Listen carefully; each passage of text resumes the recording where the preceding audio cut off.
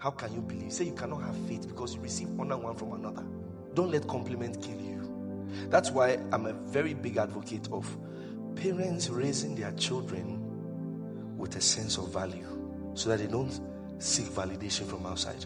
For example, if you're a parent and your child is growing up and the child is 5 years and the child is in the bathroom and you are coming and say, no. Don't say everything we have seen before. You are destroying the person's ability to have boundaries. I'm telling you the truth.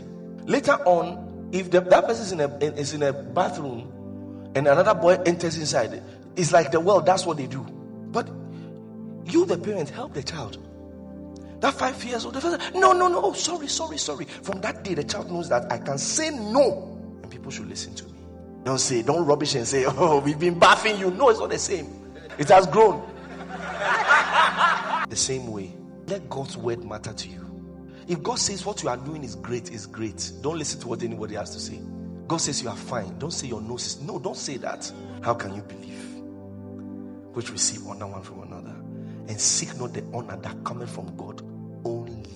There's an honor that comes from God only. In fact, let me say this. That scripture, you shall be the head and not the tail, does not mean you will necessarily be the king. For example, if you go to Egypt now, if you tell them to give you the list of their pharaohs, Joseph's name will never come in because he was not pharaoh, he was prime minister. Even though he handled most of the things, the only reason why we know that is because of the Bible. Esther was never the king, she was the queen. Daniel was never king, but he was working in the cabinet. You see, to be the head doesn't necessarily mean you have to be the king. But then God will put you in a position where you can influence things and bring the will of God to pass.